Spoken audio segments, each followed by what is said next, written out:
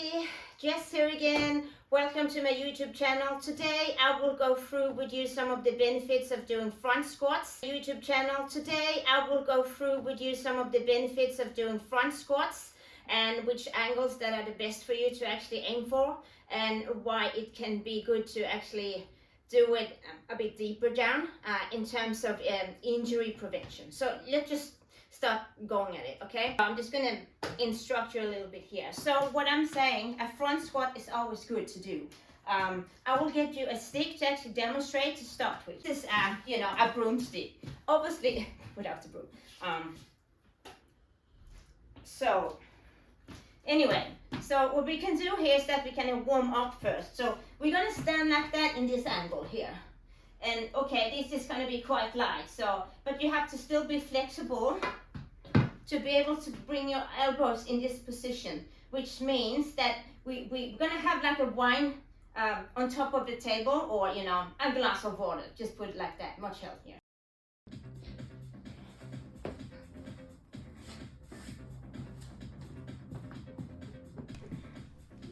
So I'm coming in here for my first warm-up lift, nothing strange with that.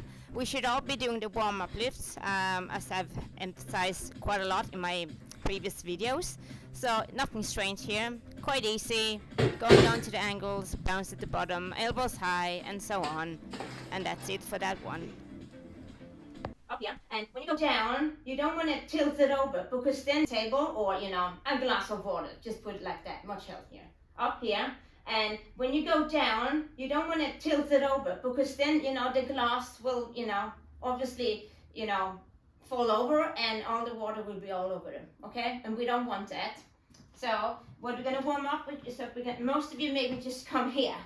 So if we can work with that first and go there. And some of you may come here, you go up on your heels, which is maybe not so preferable to come up here. You're going to be down with your whole foot, okay? Heel down properly. And then go down, okay? So I prefer this position, so come here, okay? And then get up with straight back. So I'm going to show you on this bar. So as you can see, I'm coming in here for my second turn of warm-up lifts, and nothing strange. I go up a bit higher, quicker, because I think that we obviously, take more in our squats than we do in snatch and cleans. So just go with the rhythm here, go down to the bounce at the bottom.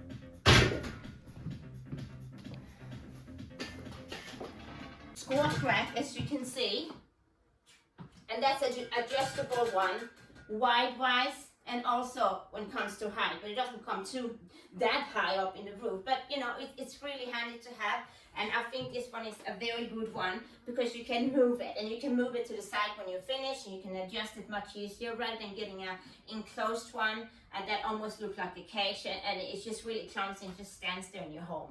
That's not what you want. Anyway, so you can see it's quite low now, but I've just done that for safety reasons. And what I'm saying, it's much better to go underneath here and get it than if it's too high, because if it's too high, you have to struggle with it like that, and then you might get injured and you might miss putting it back. So it's better to just bend a little bit like this and then get it from here. You lift it from here and then. So as you can see, I'm actually coming in here for another warm-up lift. Obviously it's becoming heavier and heavier.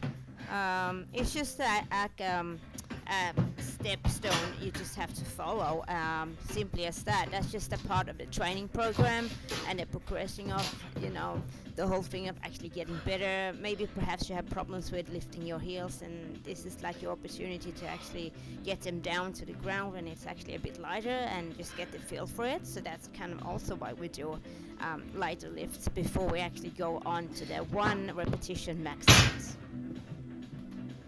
We are here with our elbows, and the posture should be a little bit up. What I'm saying is always easier to actually look upwards, because then the chest comes up. If you look here, it's like in a neutral position, it might be a risk that you can actually come forward when you come up. If you look down, then of course it's going to come down, and posture is going to be like to hell basically. So we just hold it here, okay? We're going to tension our glutes and our abs. This is very good core workout, believe it or not, okay? And then we're gonna go down, and we're gonna do it here. We can sit here actually, and then we can go, when we go up, we're actually gonna push our legs out. Okay, because we don't want them to come here. No. We want them to be out, okay? And then you tension your glutes on your way up. Okay, so I'm gonna go back here. So I hope that was quite clear. I'm going to show you like how a squat should look like, okay? I'm going to come here. I'm going to just grab it to where it's comfortable for me. Get under.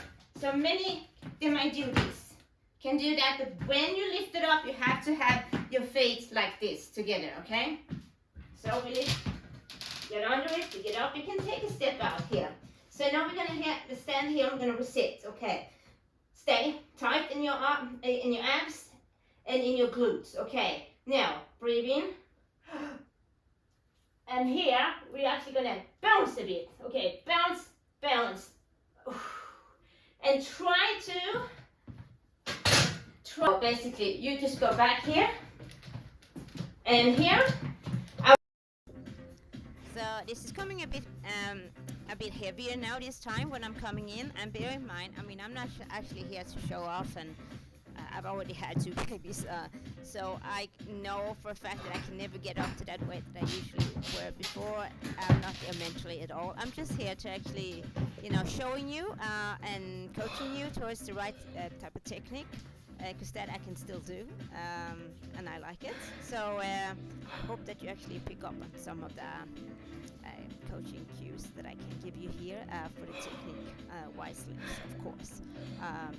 Yeah, so as you can see, yeah, it's getting a bit heavier for me though, but for you might not. But be aware, don't skip the techniques.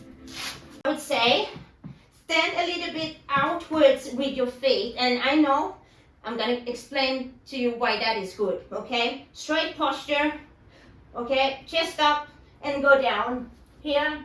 Then you can, the reason I said you're going to sit here, and that's because you want to keep a straight back. You want to control the motion, okay? When you get a bit better, you can actually bounce up, because that's what you're supposed to be doing. The last bit here is supposed to be bouncing up with the power, and that's what's going to take you up, and that is also why you are going to take more weight, be able to carry more weight on the bar, okay? But you have to do it in a right way, okay? So this is kind of one of the faults that can happen, that you are maybe stiff. You hold your arms here, elbows here, you go here, and you may just do this, and you bump your elbows into your knees, and then you lift your bum, and then you go up. If you do that, I don't even think you should even load any weights on. You should just be on the shaft, or just on a sole barbell. I mean, because at least that cannot hurt you as much as if you overload. Don't go crazy. Don't get big ideas and let the ego run out of whatever. Just stick to what's good. Okay, technique is always good. Okay. So if you go down here and you get up and you think, oh, you can't, then you just drop it in. You always toss it forwards. Never go forward. So that therefore, this one here, when you come here, that is much safer for your back. So as we speak, you're not gonna carry as much weight here as you do on your. So I'm just coming in here for my second round of triples.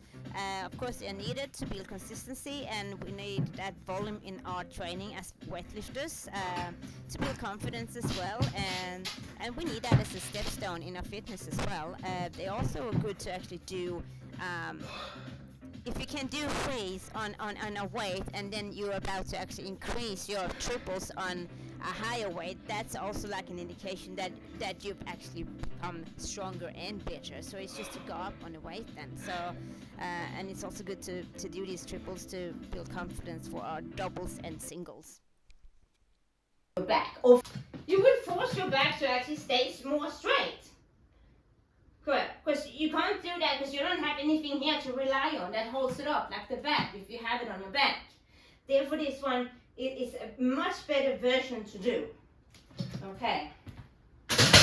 The reason for I'm telling you that stand a little bit outwards with your feet, that it's been shown and proven that if you go all the way down here, you actually go down with your hips. Come forward with your hips a bit more, which can actually make your back come a bit more straight up when you lift, because you actually lift with your legs. Okay, I'm going to show you what I mean with this. So as you can see, I'm coming in here from a last single. I actually also favor to always go up on a single to wake up those fast twitch fiber muscles that are so necessary to be, woken up for weightlifters in particularly. We are training to actually do competitions in particularly to do 1 repetition max. One go for as heavy as we can. So therefore, you should always go up with singles. Everything is determined on the daily shape, of course. So that's why we do singles. Here, and then you go down. How are you supposed to catch it? If you're just here, you can, but if you catch it all the way from here, then it's going to be more likely for you to actually rise up and work with your whole quadricep muscle all the way up here